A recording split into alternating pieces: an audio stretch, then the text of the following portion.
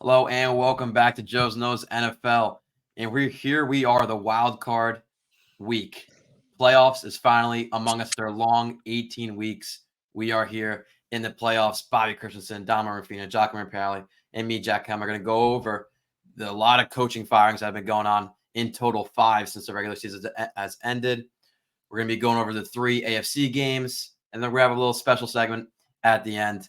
But let's first get into those head coaches. We'll start off with Ron Rivera, the first coach to get fired for the Commanders. Bobby, do you think this was justifiable for the Commanders to fire Ron? Yeah, first of all, just quick explanation on the fit. We just beat Monroe, so this was the theme. Had to rock this. Going to Ron Rivera here. I honestly don't think he's a terrible coach, but I do believe Washington's got to turn into a fire sale. It has not worked out for Washington. They gave Howell a lot of weapons: Scary Terry, Curtis Samuel, Logan Thomas, Jahan Dotson, and it just straight up did not work out. Their defense was ranked 32nd basically all year long. Um, so I don't think all the blame can go on Rivera here, but honestly, I do think this was the right move because they just need to switch it up completely in Washington. Yeah, I totally agree with you, Bobby. I don't think he was a terrible coach, but I do think that they need to turn things around, and they should start new. Yeah, I will 100% back you guys. Ron Rivera's total record in Washington was 26-40-1. Not great, especially out of a head coach that you brought in to try and change the culture of a team that really has never been good. So I definitely think that, he's not the worst of some of these guys on the list, but Washington definitely needs to shake up, and I think this is the right move by the front office. Yeah, I think everybody agrees. Ron Rivera he had to go. Maybe had one shining moment with that Washington team with that Taylor Heineke almost to win in the playoffs, but that was really it with his stint with the Commanders. Moving on, this one is a very surprising one. Mike Vrabel has brought, you could say, untalented rosters of the Titans to very deep playoff runs, but in the past 2 years, they have not looked good. Bobby, you think this was justifiable? Yeah, before I get to Vrabel, I believe the problem in Tennessee completely started with trading AJ Brown. They let him go because of contract problems, but you can't let that type of guy go. And going to Vrabel, I believe they're relatively in the same situation as Washington, believe it or not. Henry's out of his prime. They should let him walk at this point. Levis looks like a solid QB, but they need guys to build around him. D Hop's not going to save the team for much longer. I'm not saying that he has saved the team at all. So I genuinely do think this was the wrong decision for Tennessee. I saw an interview today of Taylor Lewan talking to Rich Eisen, and he was just utterly shocked by this move from the Titans. Just showing that the guys love Vrabel. He's a great locker room coach. The guys rally around him. So I was very, very shocked by this Titans move. But yeah, I don't agree with this at all. Yeah, I don't agree with this either. I think this Titans team just didn't have enough talent to be able to be a contending team. Vrabel did his best, and he took them further than they should have been. But yeah, I don't agree with this move. I mean, you look at a guy with a lifetime winning record, 56-48 with the Titans, which is a pretty good record. And I don't really care what people have to say about this. He never had a great quarterback. Ryan Tannehill had a decent season when they had that playoff run in 2020, I believe. But he never really had a great quarterback to deal with. And Matt Friedman, one of our fellow podcasters, we've always talked about how Vrabel wins those type of defensive games, just weird games against better teams where he outcoaches the other team, especially on the defensive side of the football. Vrabel's been able to win those games for Tennessee, games that they shouldn't have been able to win.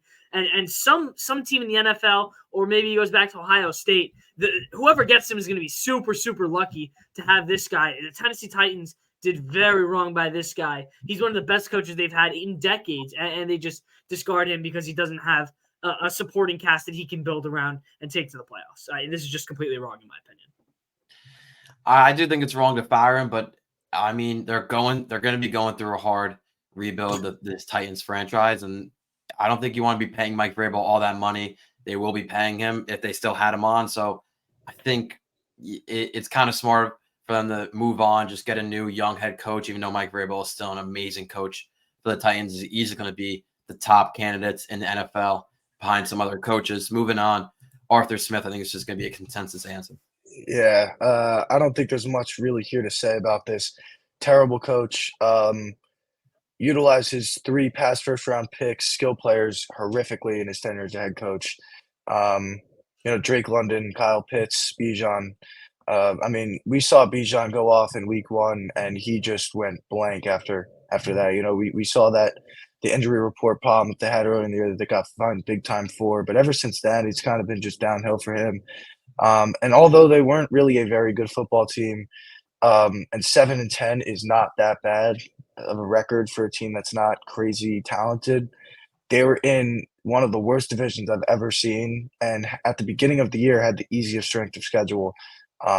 So I think this was a no-brainer, as I'm sure you guys will too. But yeah, Arthur Smith had to go, and I'm glad they did it. Yeah, Arthur Smith is absolutely terrible. Should have gotten fired 100%. Not a whole lot to say, but I think this Falcons team is gonna be nice in the coming years. Yeah, I mean, I'm going to give myself a little bit of flowers here. The reason I said the Falcons weren't going to be a good team is because of the coaching problems from week 1. I said that they were just not going to be a good team. They have all the talent in the world, just an absolutely terrible coach. Arthur Smith shouldn't even be an XFL coach at this point. He's just a absolutely horrific play caller. Doesn't know how to use his best players. And can't build a culture. This is 100% the right move. This guy's is a walking, talking trash can. He's absolutely terrible. Get out of Atlanta, buddy. See ya.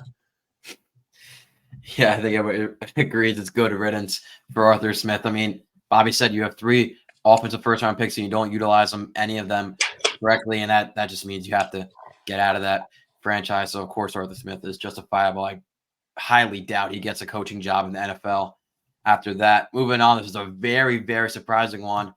The Seahawks has a very good roster, but couldn't make the playoffs this year, and they agreed to move on from Pete Carroll. Yeah, I'm genuinely convinced that this was a Pete Carroll move, less than a Seahawk move. As a franchise, I mean, I think he kind of brought it up to get out of there. And I was honestly, like I just said, extremely shocked by this move. The Seahawks team was very loaded on the offensive side of the ball, and they just needed to kind of build their O-line a little bit. They have DK, they got Tyler Lockett, JSN, Kenneth Walker.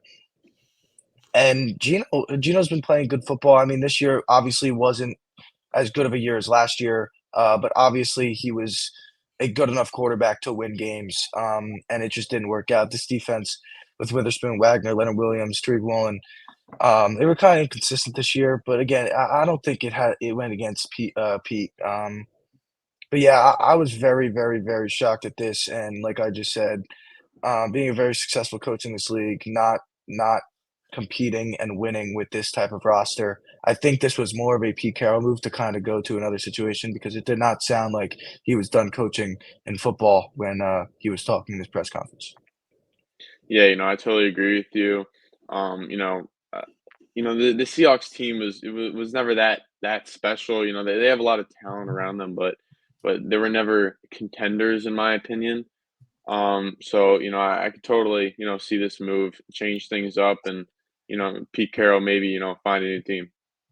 Yeah, I think for the first time today, I'm going to have to disagree with the two on the right. So I really don't think this is a Pete Carroll move. I think this is a Seahawks move. If you look at the team as a whole, it's a very young core. And to me, I think they have everything but the quarterback. No disrespect to Geno Smith, but he's an old quarterback on an expiring contract. They want a young guy to come in and change this culture. They have a very, very young core. And Pete Carroll, he's a completely older-minded defensive coach.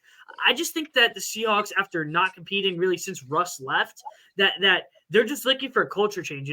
I also think that the fact is that Pete Carroll did lean on Russell Wilson while he was in Seattle a little bit too much, and now Seattle's facing the deficits of that. So I think that this honestly is a pretty good mutual leaving for both sides. I think the Seahawks have a chance to change the culture, I wouldn't say that they're rebuilding, but I think that they have some of the pieces, but they just need a little bit of a mix-up.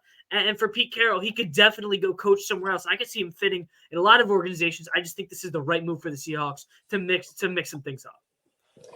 Yeah, I totally agree. I think this roster is young and it has a chance to make a couple runs in the NFC in the next couple of years. And Pete Carroll, I think his better days are far gone back in the 2014, 2016 days of that Seahawks team. And I just don't think he can lead a team to Super Bowl, which right now, the youth and the talent wise and their draft picks they have coming up, I think they can start to make a contending team. So I think it was a justifiable move to move on from Pete Carroll. Here's the last one, and this one is the biggest one: a 6-time Super Bowl champion, but only had one winning record season without Tom Brady. Bobby, this was a big one. Do you agree? 100%. You just said it, one winning season without Tom Brady. I'm a big believer in that Bill needed Tom. I think when you look at it, his teams in the last couple of years have not been that good. But he's been there for 3 years without Tom, right? It's been 3, not 4. Yeah. Right. It's been 3. Yeah. Okay. So in those 3 years, he's had 3 years to draft, and he's done a horrific job drafting. Whether that's on the front office, whether that's on him. Like I just said, I'm a big believer that Bill needed Tom, and the Patriots are going to have to go into, just like Washington, a fire sale. They're going to have to restart. Mac Jones is terrible. They're going to have to draft a QB this year. They got to restart, and I think it had to start with Bill. Obviously, he's aging a little bit. Who knows his coaching career if it's going to keep going? But they need to get a young guy in there to build up with a brand new roster and a young core. So yeah, I 100% agree with this move, and I think that it's the right time for the Patriots to kind of rebuild. Yeah, I totally agree with you, Bobby. Without Brady, he's been pretty much terrible. I mean, this Patriots team has been probably bottom 5 in the league ever since Brady's gone.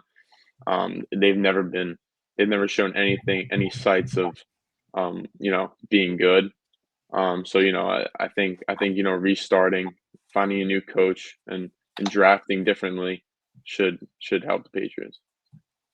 Yeah, see, I'm going to agree and disagree here because obviously, but I think I'll start out and say, yes, I think this is justifiable, but you can't blame it on him as much when the lack of quarterback talent this guy's had to deal with is absolutely a joke. I mean, Bailey Zappi and Mac Jones are both absolutely terrible. He had no weapons. Ramondre Stevenson was supposed to be a good running back. He really is maybe mid at best. No real receivers on this team either. He didn't have any help with the offensive side of the football, but I want to take a look at the defense because that's what Belichick's known for. He loses his probably top young guy in Christian Gonzalez early in the season, and he still trots out a damn good defense every week. You can't plan for Bill Belichick defenses. They're very, very good.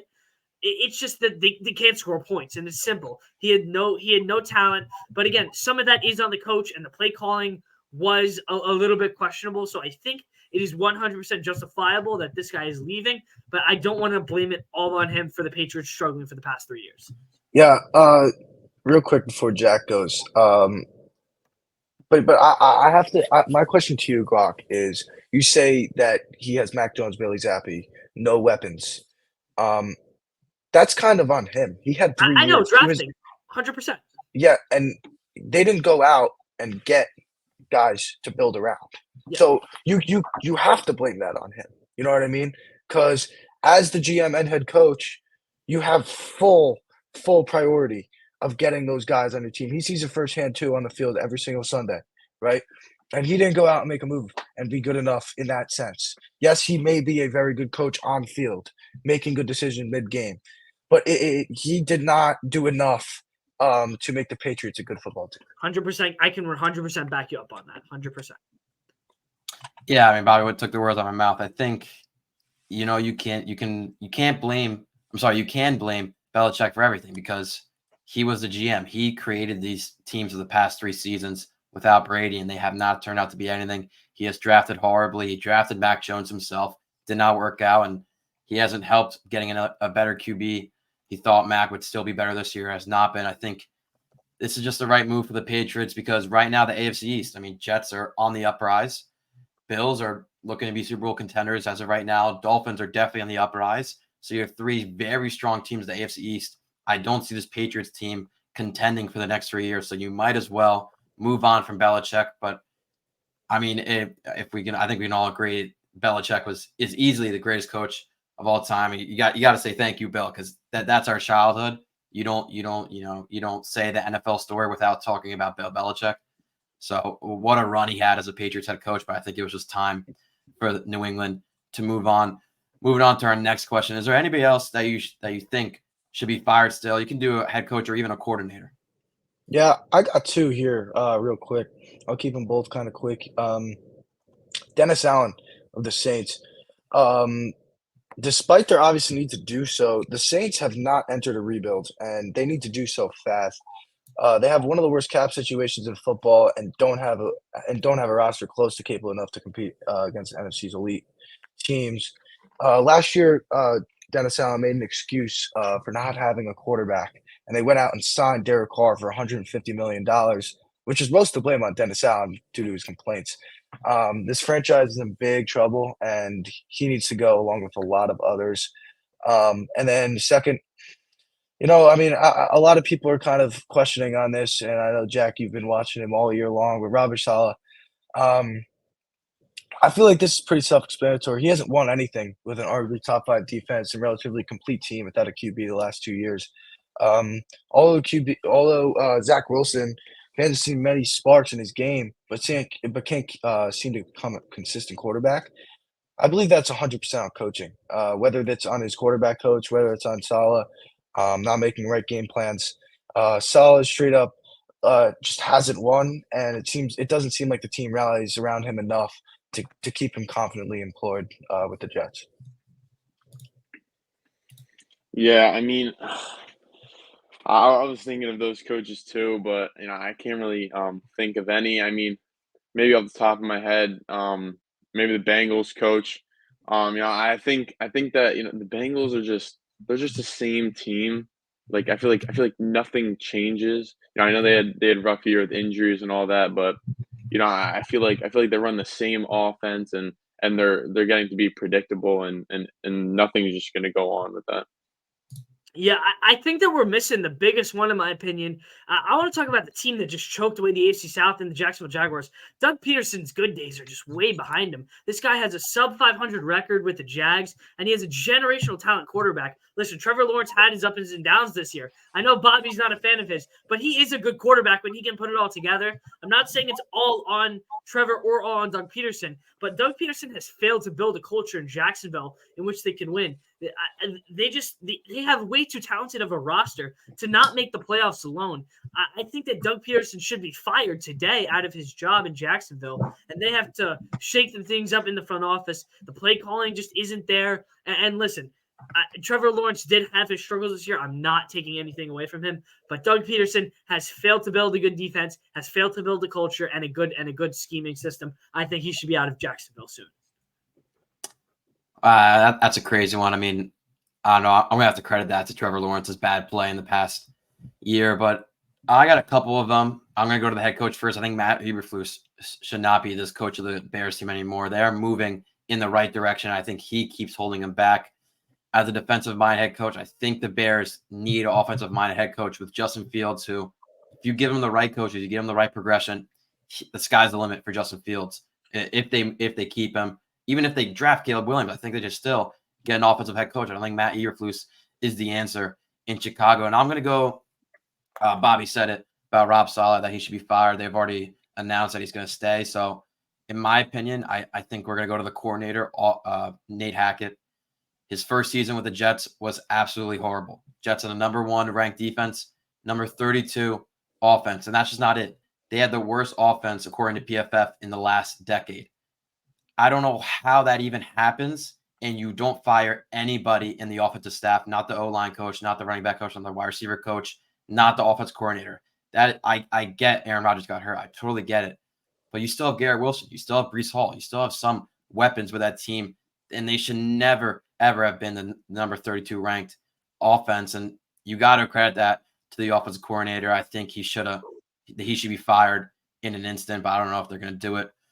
Moving on, Antonio Pierce in his interim with the Raiders, not a very talented roster, went 5-4 in his stint as interim head coach. Bobby, do you think he should be the permanent head coach? 100%. I don't think there should be a debate about this whatsoever. Pierce in his 8 games has one more win than McDaniels, despite relying on a rookie QB and missing Jacobs for 3 games and basically 3.5 games because he got hurt pretty early in the first game. What got to me completely buy into Pierce was when they were up 54 points at halftime against the Chargers, and they went over to him for his halftime press conference or his halftime conference or interview, and he genuinely looked upset and mad, and he wanted more. He was not done, and that's a coach that I need on my team, in my franchise. And as a player, I would love to play for it. And we've seen time and time again on videos all over social media the players just absolutely loving on this guy. And I think it's a no brainer that he should be the coach of this Raiders team. Yeah, I 100% agree with you. I think this guy brings so much energy to the team that they never had. And I'm not a big fan of Aiden O'Connell, but they can fix that, I'm sure. But I love this guy. I love the energy, and I love the way he forms this team. Yeah, I mean, Antonio Pierce, the guy, he won a Super Bowl with the Giants back in 07. I mean, this guy knows what it's like to win. And just watching this guy in the locker room, this is the example of building a culture. This guy came in as an interim head coach and has built a culture in Vegas. This guy is doing an unbelievable job with I'm going to agree with Dom. I don't think Aiden O'Connell's really any good. I think that they should move off of him soon. But nonetheless, I think that he's done a great job with the talent he has, and he's doing a great job with the play calling. I think he should 100% at least be given a chance to be the permanent head coach for next season. Yeah, they haven't made their decision yet, but I think it's like you guys all said. I think it's an easy decision. You guys all said his culture has been very cohesive altogether, and they have a good draft pick coming up where they can draft a QB and move on from Aiden O'Connell and make this offense even better. Still have Jacobs, still have Adams, still have Myers. The O-line still looks very good, and that defense is always improving. So I think this is an easy decision for them to bring back Antonio Pierce. The last question around the coaches. Are there some coaches that you think should get fired if their team has an early playoff exit? I believe there's only two answers for this question. Yeah, I feel like this is fairly simple here. Honestly, Mike McCarthy. He's got to go if they don't make a run here. This is one of the most talented teams in the playoffs. Pretty self-explanatory. They haven't won in the playoffs in past years. This offense is loaded. Defense is loaded. Obviously, losing Trayvon Diggs kind of hurts. It hurts, but they've stepped it up on the defensive side of the ball, and they score way too many points. But yeah, if they don't succeed in the playoffs, they don't win at least. I'm going to put it to 2 games. If they don't win 2 games in these playoffs, it's going to be a rough ride for Mike McCarthy, and I see him gone if they don't do that. Yeah, I 100% agree with you. I was going to say Mike McCarthy as well. This Cowboys team, Dak MVP candidate, CD, arguably the best wide receiver in the NFL right now. So much talent on the defensive side and offensive side. How can you not win games? And I wouldn't be surprised if they lose. Belichick could replace him. So. Yeah, I think the one other guy that we're missing out here, Nick Sirianni, has to be taken into this question. There's already rumors stirring that his time with the Eagles could be over right after this playoff series, especially if they lose to the Tampa Bay Buccaneers in the first round, which we'll get to our playoff brackets later.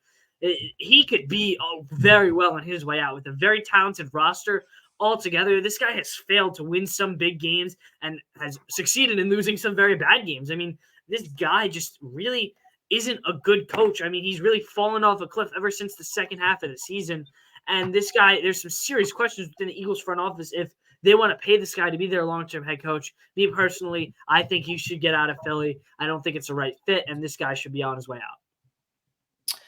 out. Yeah, I think McCarthy is definitely, I agree with what you guys said. I also agree with Sirianni. I mean, last year this team was amazing, and I do not think it was because of him. I think that it's because they had Jonathan Gannon, defensive coordinator, and they had Shane Steichen as their offensive coordinator who called the plays, and that made that team way better. They lose both the coordinators to the Colts and then to the Cardinals. This season, Brian Johnson with the offense, they're trying to blame it on him. It's all Sirianni. He said himself in a press conference, if you want to blame the offense, it's on me.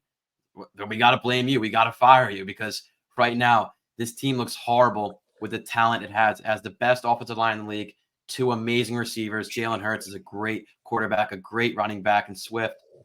Look, if they lose to the Buccaneers, I think he should go because I think Steichen carried that offense while he was in Philadelphia, and now he's with the Colts. He looks like a way, way better coach than Nick Sirianni. But we're going to move on to our AFC, the 3 AFC games coming up for the Super Wildcard week, and we're going to preview all 3 of them. The number 7 Pittsburgh Steelers. They started off very good. Started off 7-3, I believe it was, Dom. And then they started to lose. Matt Canada got fired. It started to look good. Kenny Pickett got hurt and started losing more games. Now Mason Rudolph on a 3-game winning streak with the Steelers, bringing them to the 7th seed versus the number 2 Buffalo Bills, who had a slow start to the season, were not in the playoffs for a long time. And then a hit piece came out about Sean McDermott and his coaching ways, and offense coordinator Joe Brady got fired. They brought in, or not Joe Brady got fired, but Joe Brady came in as a new offense coordinator, and they are on a 5-game winning streak. We got a good matchup here in Old Orchard. Weather report being 20 degrees with heavy wind chill. Bob, you can go. Yeah, I mean, I genuinely think this game's going to be a little bit closer than what people think. Steelers are a scrappy team. They're used to the kind of colder weather. But the one reason that I do really think that Steelers really don't have much of a chance is because they don't have TJ Watt. TJ Watt is such a big playmaker to this team. With TJ Watt, their record is 69-33. Without, they are 1-10. And they're playing a team that is hot. They're playing a team that you don't want to go to the stadium in Buffalo. It's a rough place to play at. Bills Mafia is going to be rowdy. I just think that Bills are going to go out and they're going to show why they're a very scary team to play in the playoffs. But I do think the Steelers are going to put up a good fight and keep this game relatively close. Yeah, Jag, you said Mason Rudolph 3-game winning streak, about to be 4. I love it. I absolutely love it. The weather, make it snow, make it rain. That is the Steelers' environment right there. Josh Allen cannot hang. Too many turnovers. I understand we don't have TJ Watt, best defensive player in the league by far. We have Nick Herbig, rookie. Great defensive end. He's not TJ Watt, but he'll get the job done. Najee has had these past couple of games, he's been looking like the best running back in the league. If our ground game gets moving, I don't see the Bills beating us. Especially if the environment limits passing. Yeah, I just don't see. We also have Minka and DeMonte KZ back for this game. 2 huge parts of our defense in the secondary. Josh Allen, too many turnovers. I just don't see it happening. I hope it snows. I really do. I hope. Yeah, let's just cut the buffoonery going on here. Bills defense bottom 5 in touchdowns allowed, bottom 7 in total yards allowed. Steelers offense is absolutely garbage. Mason Rudolph he's not going to do anything against arguably a top 10 defense in the league, and numbers wise, they are a top 10 defense in the league. I mean, turnover, sure. Josh Allen's going to throw a pick or two. That's his game. It's going to happen. But this guy's just a complete baller. The Steelers defense without TJ Watt is honestly an absolute joke. Alex Highsmith he's all right. I mean, he's not great. Yeah, buddy, get out of here. TJ Watt not being in this game is such a killer for the Steelers. It kills any chance that they have for this game. Bills are going to get hot. They're going to continue to win games, and they're going to blow out the Steelers. This won't even be close. Steelers may put up a touchdown. I see a smooth 32-7 win in Buffalo. Not even going to be close. That's definitely wrong. I think the Steelers are going to make this game a close game, most definitely with how they've been playing with Mason Rudolph. Look, Dom, I don't agree that the Steelers are going to win, but if it is the wind over 30 miles per hour and this game Bills can't really pass in that type of weather, I think Steelers would win the game on the ground.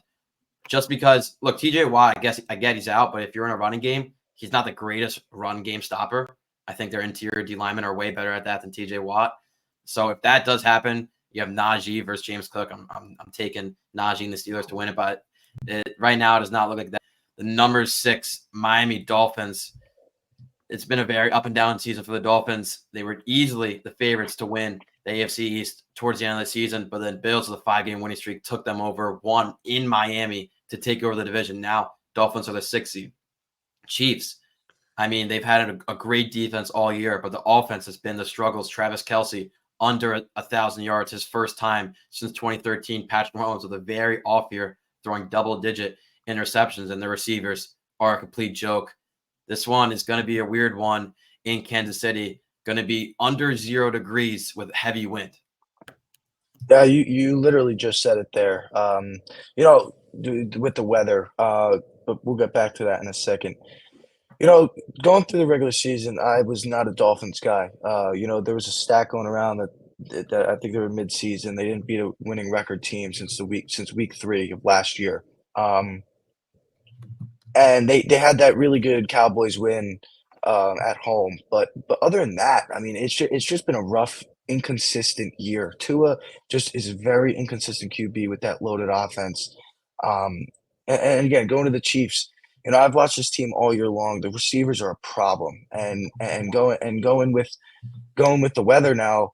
The Dolphins are used to the hot, and playing in Arrowhead, playing a guy like Patrick Mahomes in the playoffs, playing a coach like Andy Reid in the playoffs. It's just different. They've been there, they've done it. McDaniel and Tua compared to Mahomes and Andy Reid in the playoffs, just such a big inexperienced to experienced jump. And I think that's what's gonna win this game is them being able to facilitate this playoff game in Arrowhead, which is a big difference from in Miami with the weather. And I think the Chiefs are going to come out on top here. But yeah, it's just two very inconsistent teams all year. But yeah. Yeah, I hate to say it, but this might be the first time I haven't picked the Dolphins this year. It's looking rough for them. The weather, they cannot perform in cold weather. Mahomes has been there, done that. Also, this Miami defense is really banged up with Jalen Phillips and Bradley Chubb both out for the year. I mean, their pass rush is pretty much gone. So I just don't see them winning this game. Yeah, Bobby kind of stole what I was going to say. Experience is the key word I want to hone in on. Chiefs have it, Dolphins don't, flat out. Whether everything else aside, you can't bet against Mahomes. You repeatedly can't in the playoffs. The Chiefs will take care of business. But the one reason that I want to point out is that L'Jarius Sneed has been arguably one of the most underrated quarterbacks in the league this year, having a stellar season for the Chiefs. And he'll be shadowing Tyreek Hill that whole game. And even when Tyreek Hill will have his numbers, but L'Jarius Sneed has been able to contain some of the best receivers in this league all year. And that's part of the reason why the Chiefs defense has been so good. So I think the Chiefs will take care of business, especially with how the defense has been playing. And Mahomes just needs to make some basic plays, I think, in this game. Yeah, look, I mean, Tua played SEC football, and now he's playing in Miami. He's barely ever played cold games. He's played over 5, though, in the NFL, and he's only won 1, and that was on Black Friday this year against the Jets. That was under 40 degrees. That's the only time he's played and won a game under 40 degrees. So you're going into Kansas City and you're playing under 0 degrees. That's not even factoring in the wind chill at Mahomes. I think this is where he shines. And Chiefs run game with Pacheco, easily the best running back they've had in a while. I think they could just overpower the Dolphins and easily win this one in Arrowhead. Here we have the number 5 Cleveland Browns. They looked out of it until Joey Flacco out of the couch has brought this team to the number 5 spot, looking to make a Super Bowl run. But here CJ Stroud has had an amazing season. The leading favorite to win Offensive Rookie of the Year just beat the Colts in the Loud House to get them for the AFC South Division winner. This is a good one in Houston. Yeah, and I'm gonna base this game off of experience again. Joe Flacco's had a relatively solid playoff resume, winning 10 games, 5 losses, averaging 2 touchdowns, less than 1 interception, compared to Stroud in that offense. Love the defense, but just losing those receivers and the injuries are just gonna kill him. And not having the weapons on that offense is gonna be a huge difference maker. I think the Browns defense is just gonna completely take over this game. And that's how it's been all year, and that's how it's going to be this game. Playing in Houston isn't a tough environment at all, in my opinion. So I think the home field advantage is going to be a big difference, and I think Cleveland takes care of business here. I'm going to take the Texans here. I think this is where defenses start to find out what Joe Flacco is really about. He's nothing special. I understand Browns have a great defense, but I think this is where Stroud comes alive. I think he's gonna thrive in the big moment, and he's gonna make a play. Yeah, I'm going to disagree with you, Dom. Joe Flacco has played some good defenses, played a good Rams defense, a decent Houston Texans defense, as you just mentioned, and a great Jets defense. And he cooked against all those, over 65% passer rating in all those games. He is doing his job right now. And this, Bobby mentioned it, this Browns defense been top of the league all year. One of the best pass rushers, one of the best secondaries. They're just an all-around great unit. And they are going to absolutely take over this game. As much as I love CJ Stroud, the inexperience is going to kick in here against a very, very tough Browns team. And I'm jumping the gun here right now, but I don't care. The Browns are coming for the Ravens in the second round. Jersey Joe's going to have a chip on his shoulder. That's the game I'm looking forward to in the second round. Browns will take this one pretty easily. Jersey Joe revenge game is happening soon. Yeah, I'm going to be taking the Browns here. It's just experience. I mean, CJ Stroud, he's a rookie QB, and I love him. I think he's played amazing this season, and we've seen him show up in the big games. Last year in the college football playoff, even though he lost, that was his best game in college. And then this year, just beat the Colts in basically the AFC South Division winner game. But, man, I mean, Joey Flacco, he's probably the second most experienced quarterback in the playoffs here outside of Mahomes. So he's done nothing but amazing things actually in the postseason. Has won a Super Bowl and a Super Bowl MVP.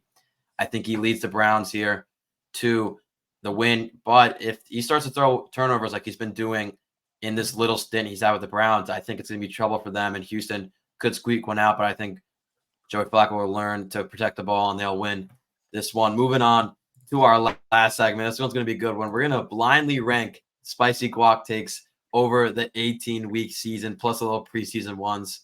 Guac, you won't be doing any rankings, but I'll allow you to pick 1 through 5. Which one do you want to do? Just pick a number between 1 through 5 to start off. Number 2. Number 2. This is for Bobby and Dom and me. I think that this Tampa Bay Bucks team is going to steal away the NFC South and win the division. That was one of the actual good ones. One being best, 5 being worst. And I'll go out on a limb here. I think there's going to be one better one. I'm going to put it at 2 here. Yeah, see, I'm putting this one at 1. Let's be real. There's not going to be a better one. He got lucky as it is with that Buccaneers. They shouldn't. They're not that good. So, yeah, I'm putting it at 1. I just realized I've watched all these clips, so I can't really blindly rank them because I know of them. So we'll just do it for you, Bobby and Dama. Guac, what's the next number you want? Number 4. Number 4, okay. By week 12, Trey Lance will replace Dak Prescott. I'm telling you, Dak Prescott, most disappointing season this year. He's going to have double-digit picks by week 12. Terrible year. He's 5.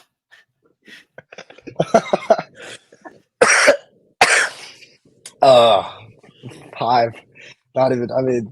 I know a lot of terrible spicy guac takes, and that's the worst one. Yeah. This is 5 by far. I mean, double-digit picks. I think this is one of Dak's best years in interceptions. I think he's the top 3 MVP candidate this year. I mean, that's just absolutely ridiculous. I don't know who even thinks of that. So, yeah. 5. You would be surprised on there might be some secretive worse ones. Guac, you have 1, 3, and 5. Number 5. Number 5. All right, so we don't have a video for this one because I couldn't find it and I couldn't screen record it, but this one was Bryce Young will go down as one of the biggest busts in NFL history. All right. The other 2 are terrible. So I'm actually going to put this at 1 just based off of this year. I genuinely think Bryce Young isn't a terrible quarterback. I don't think he's that bad. I think he's just in a very bad situation. I'm going to put this at 1, and this did age well for this year because he played horrifically. So I'll put this at 1, and I'm confidently putting that over the Dak one just for this year. I'm gonna put this one at 3. I don't think it's that good because Bryce Young has the worst NFL team by far. But there's definitely got to be a worse one on there. So I'm gonna go with 3. All right, Guac, you got 1 and 3 left. Number 3. Let's find door number 3. Number 3. Okay. My MVP pick is Trevor Lawrence, but he will be leading the 2023-2024 Super Bowl champion Jacksonville Jaguars. You heard it here first. Jacksonville winning the Super Bowl. That's what I meant by the secretive one. That one is bad. I mean, now I wish I put Price at 3. I mean, I gotta put it at 3. Wow, Glock. I mean, you not only missed terribly on the MVP, the Jags aren't even in the playoffs. I'll put that at 3, but I wish I put that at 1. Yeah, well, that's bad. I'm putting this one at 4. As I said, I knew there was going to be a worse one than the Bryce Young. I mean, Trevor Lawrence isn't even a top 10 QB this year. Whether you like it or not, he's just not that good. Jags aren't even close to winning the Super Bowl. I mean, that's just an absolute terrible take. All right, well, the last one. I'm gonna have a lot of disagreement, but I want to get my point out first. I think that the Cleveland Browns are gonna win the AFC North Division, and I'll tell you. It's modest. All right, so here's the thing, but the people don't know the background of this. Okay, I'm surprised we didn't get the 8 and 9 Ravens take on here, because that was the reason the Browns are going to win the AFC North. So for that, I mean, I have nowhere else to put it before, but my point is that wasn't that bad. It was the other part of it that wasn't said in that video of the Ravens being 8 and 9, just terrible. Yeah, I mean, I have nowhere else to put it besides 2. I think. I mean, Browns, they turned up. I'm not gonna lie, but in the best division there is in the NFL. But I don't know how you think the Ravens were just going to do that bad. Even as a Steelers fan, I mean, it's hard to put them that low. So I mean, it's just another terrible one.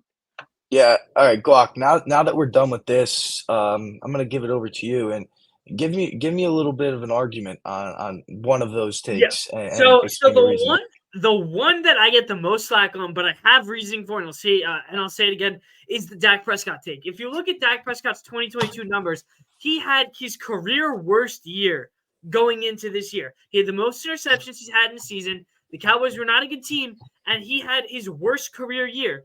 The Cowboys in the offseason traded for Trey Lance, a young, unproven quarterback, and they brought this guy in. I thought it was because if Dak Prescott doesn't play well, they're going to give this guy a chance. He's a young, unproven quarterback. Wait. Before you keep going, because hold on. Did you just say the Cowboys were not a good team last year? Okay, but I'm saying Dak. I'm more focusing on Dak's season. They were 12 and 5. Look, if you look at Dak's numbers, he had one of his career worst seasons last year.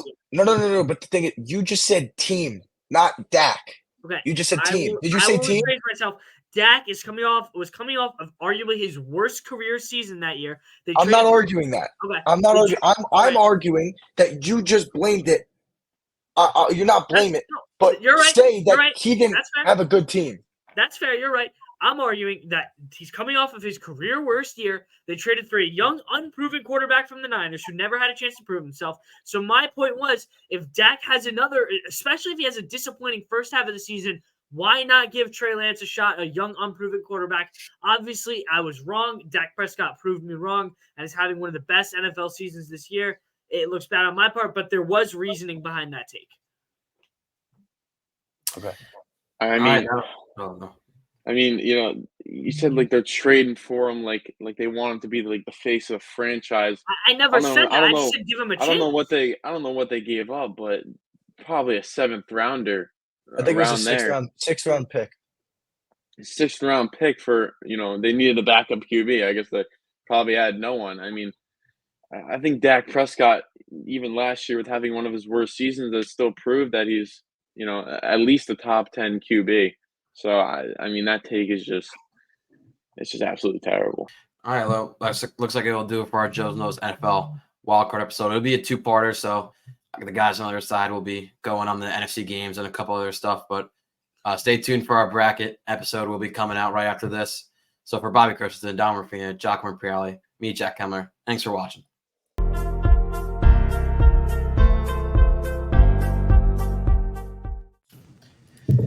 Hello and welcome to Joe's Knows NFL Wildcard show. This is the second part. We had Bobby, Dom, and Guac on the past show. This one is going to be Richie, Will, John, and me. Jack's still going to be hosting it. We're going to get into some questions about the playoffs and then the 3 NFC games.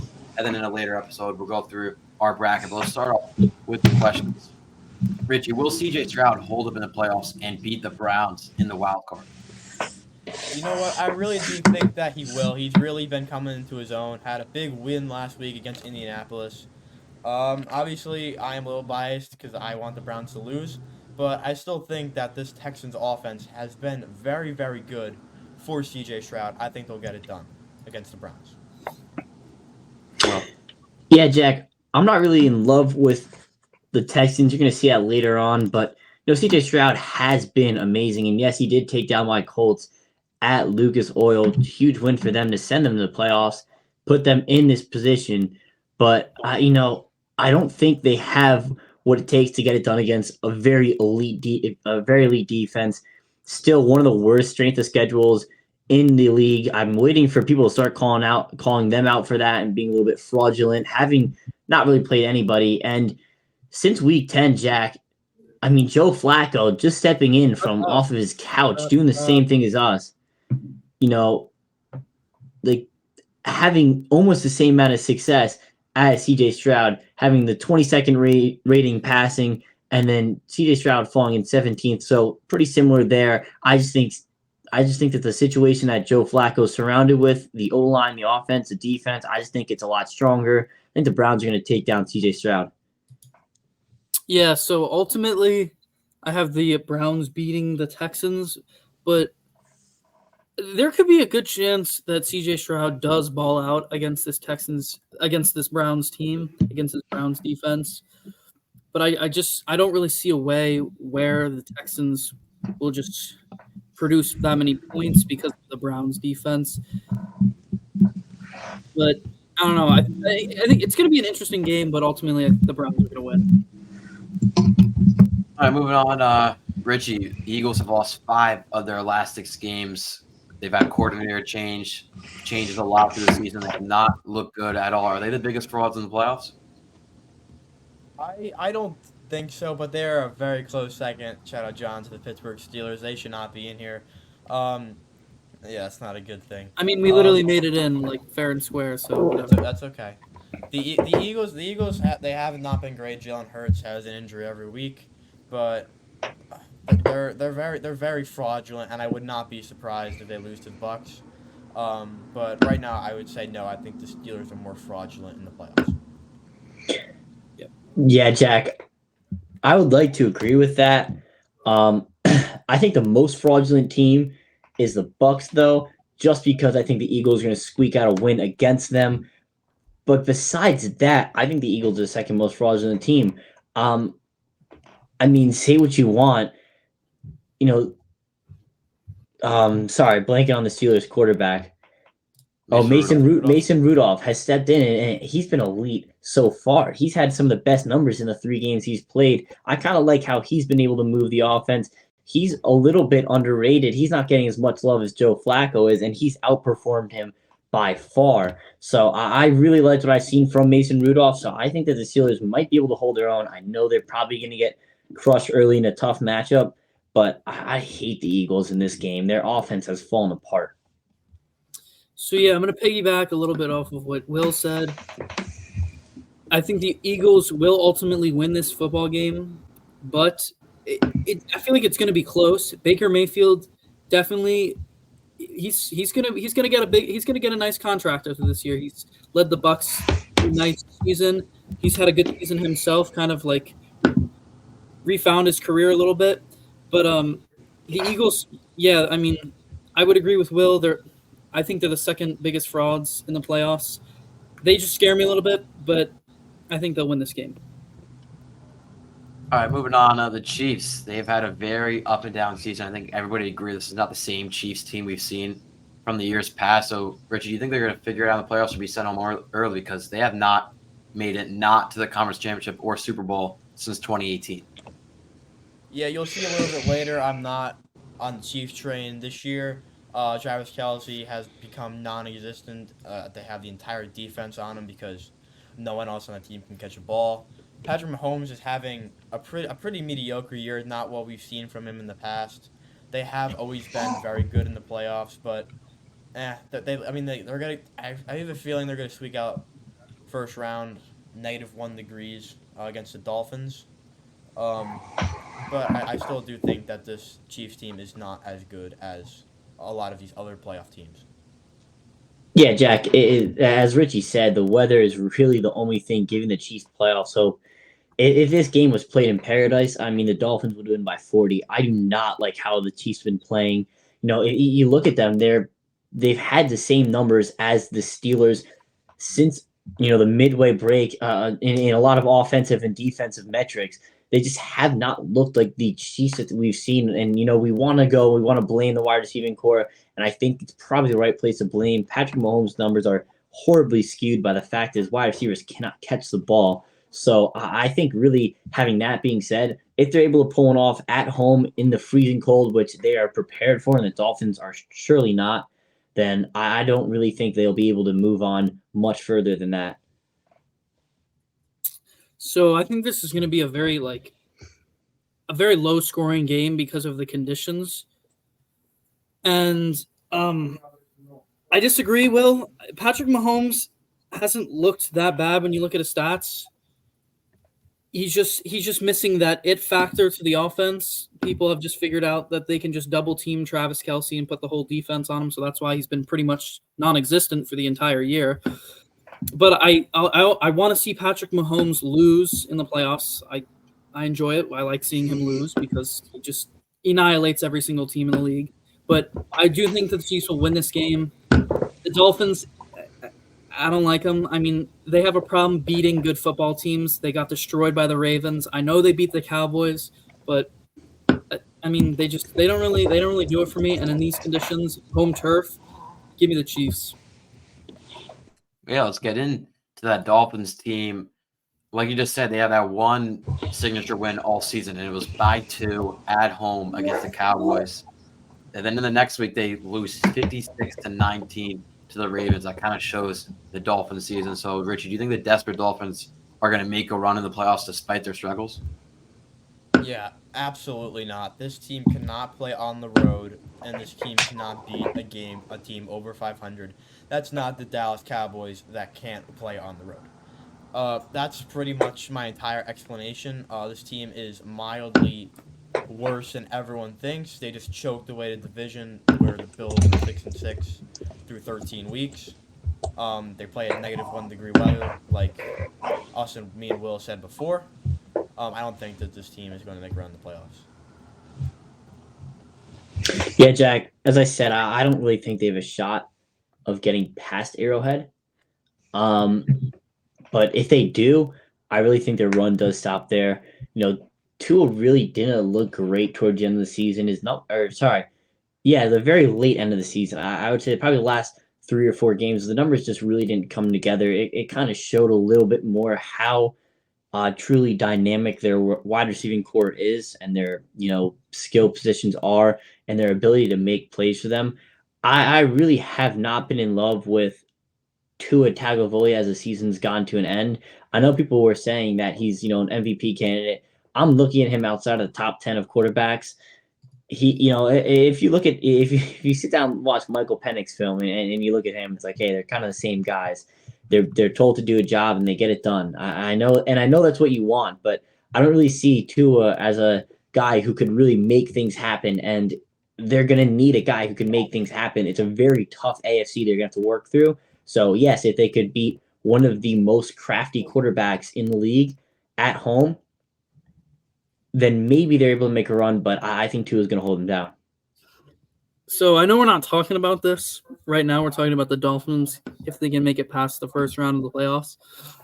But I'm just I just want to figure something out real quickly. What separates Tua from being a mediocre to good quarterback to an elite quarterback? I mean, I think everybody agrees it's Mike McDaniel.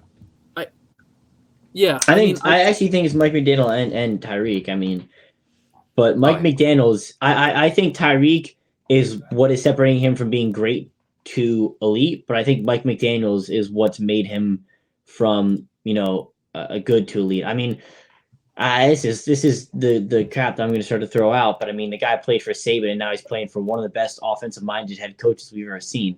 So they are really catering the offense to him, and I think it's just too late in the season for that to be happening. Everything's underneath. The defenses have figured it out, and I just think it's too late for the Dolphins to make this amazing comeback run. They've in 3 years with Tua have proven that they can't be a good team. Yeah, I mean, I agree with what you said. I'm not too high on this Dolphins team. Tua just doesn't really do it for me. I mean, he completes passes. He throws for a lot of yards. He throws good amount of touchdowns a game.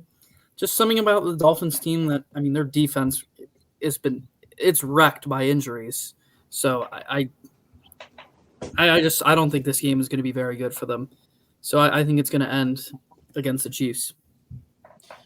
Yeah, and the Dolphins defense has been riddled with injuries. I believe at least 4 guys are going to be out who are starters for this game against the Chiefs. So it's going to be a hard one to win in Arrowhead. We're going to move on to the NFC games to preview the last group of the AFC games. So we're going to do the NFC games now. Green Bay Packers, Jordan Love, not his rookie season, but you can also count it as a rookie season. And he has looked amazing, has had better stats than what Aaron Rodgers did his first time starting. He has looked like a very professional quarterback. And the Packers, last week, great win against the Bears to get them in to the 7th seed to win out. And versus this number 2 Dallas Cowboys team, which has been a tale of 2 cities. On the road, they do not look like a good team at all. But luckily for them, they are home in Jerry's World to take on the number 7 Packers, Richie. Yeah, first, I want to give a little props to the Green Bay drafting team. They've scored on 3 straight quarterbacks. Jordan Love has been very impressive. After Rodgers leaving, people are kind of writing him off, saying they should move on.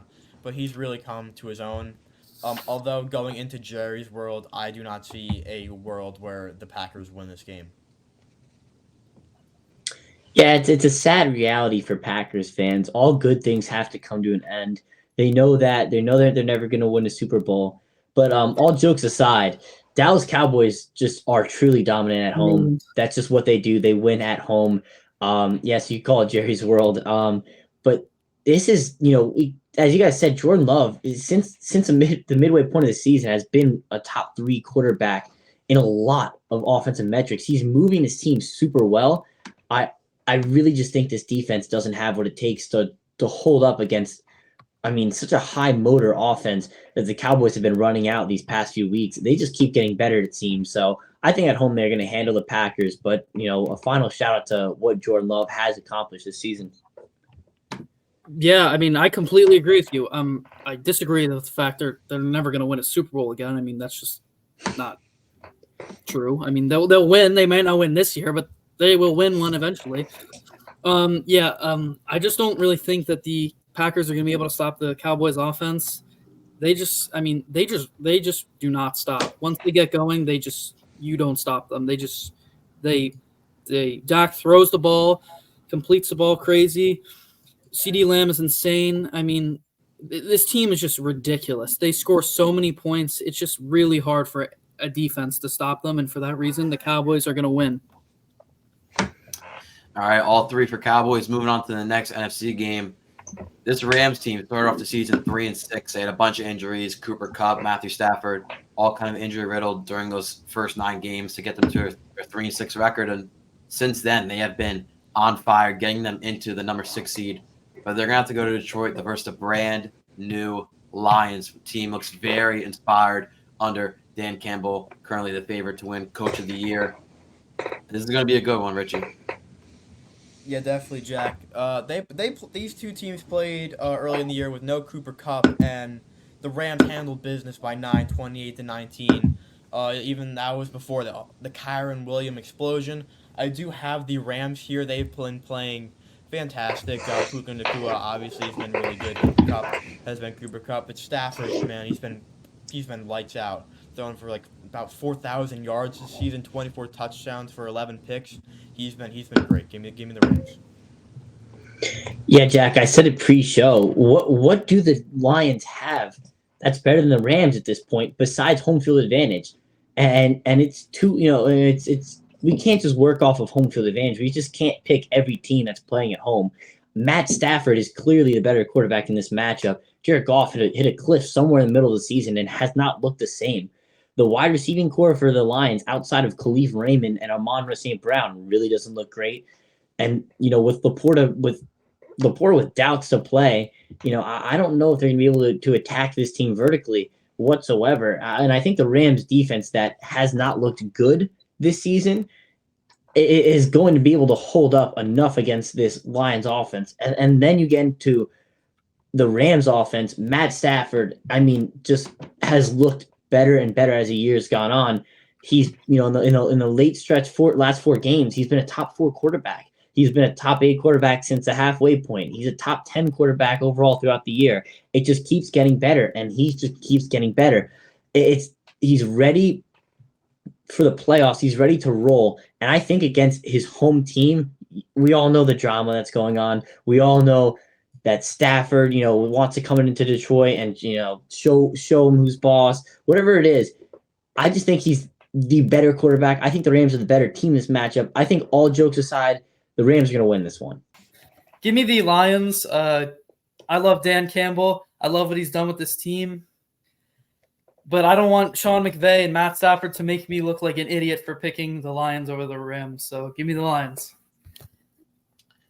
All right, moving on to the number 5 seed Eagles. Lost out in the NFC East in the last 2 weeks, and it's just been a nightmare for this Eagles team the past 6 weeks. Have been 1-5 the past 6 games. They started off the season well. They were 10-1, but I think it's really showing how both of their coordinators left us all season. They have not looked good ending the season 11-6.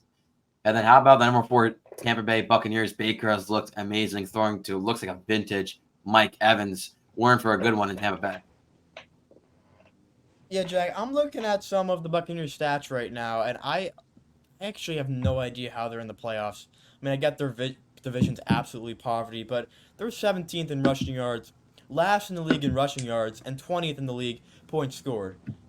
They have the 29th ranked defense in the league.